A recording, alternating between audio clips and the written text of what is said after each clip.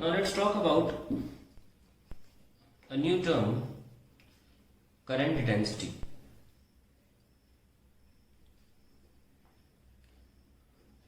Current density is defined as current per unit area. इसको दिखाते कैसे हैं? J is equals to I by A. जैसे कि मान लीजिए हमारा ये एक मटेरियल है, तो हम ये एरिया की बात कर रहे हैं, तो ये करंट जा रहा है. So this is the area of cross section we are talking about, where both current density and area are vectors. So current actually हो जाता है J डॉट A और से J A cos थीटा. तो अगर आपका conductor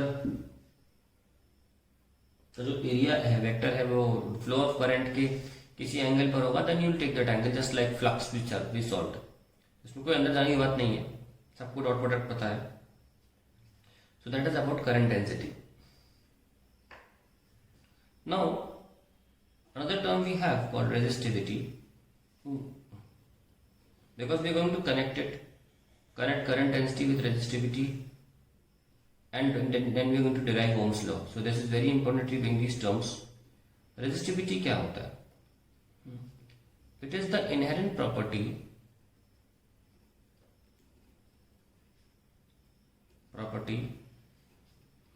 of all existing materials. सभी की रेजिस्टिविटी होती है, मेरी भी है, लकड़ी की भी है, पानी की भी है, हर किसी की रेजिस्टिविटी होती है. Inherent property of all existing materials. It denotes the presence of free electrons in the material, and also indicates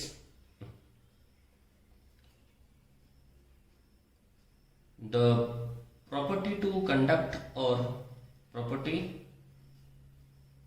to conduct or to resist the flow of current. आप अलाउ बोल सकते हैं, कंडक्ट का मतलब current ही हो गया. Property to allow और to resist the flow of current, यानी कि इलेक्ट्रॉन्स इन अ मटेरियल.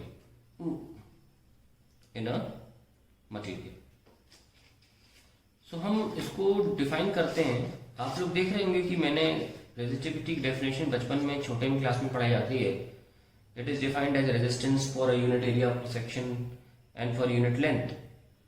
ये डेफिनेशन सिर्फ कंडक्टर के लिए डिफाइंड है, क्योंकि रेजिस्टेंस सिर्फ कंडक्टर के लिए डिफाइंड होती है, यानी कि किसी ऐसे मटेरियल के लिए जो कंडक्ट कर सके. परंतु आप जो ये वुड देख रहे हैं, इसमें बैठ के लिख रहा हूं, इसके लिए रेजिस्टेंस डिफाइंड नहीं है. रेजिस्टेंस इलॉजिकल हो गया इसके लिए, लेकिन इसकी रेजिस्टिविटी डिफाइंड है.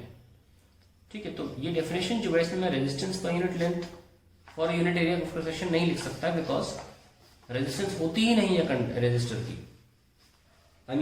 लकड़ी की, या ऐसे मटेरियल जो कंडक्ट नहीं करते. तो रेजिस्टिविटी तो मैं डिफाइन कर दिया, हम कंडक्टर के लिए भी डिफाइन करेंगे, डोंट वरी. लेकिन मोटे तौर पर ये आपकी रेजिस्टिविटी होती है. अब रेजिस्टिविटी की बात करें तो on the basis of resistivity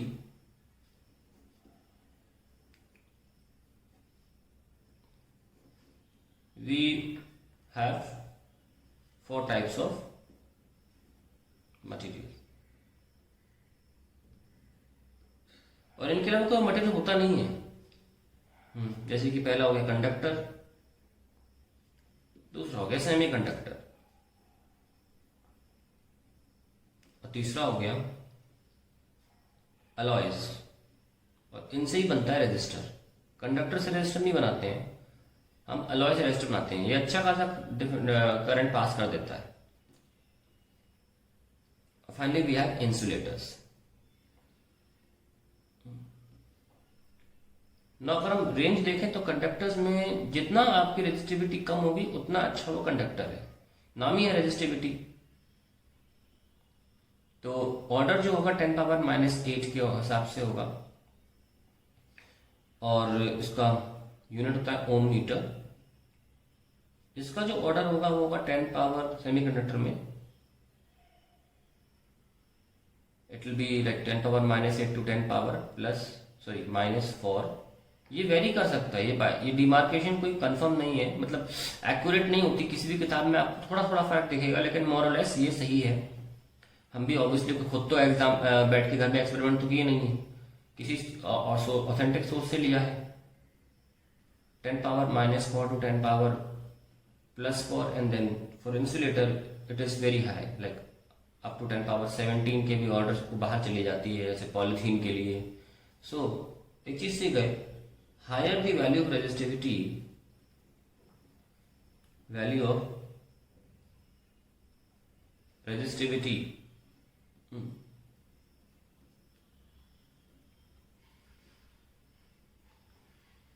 more the material shifts towards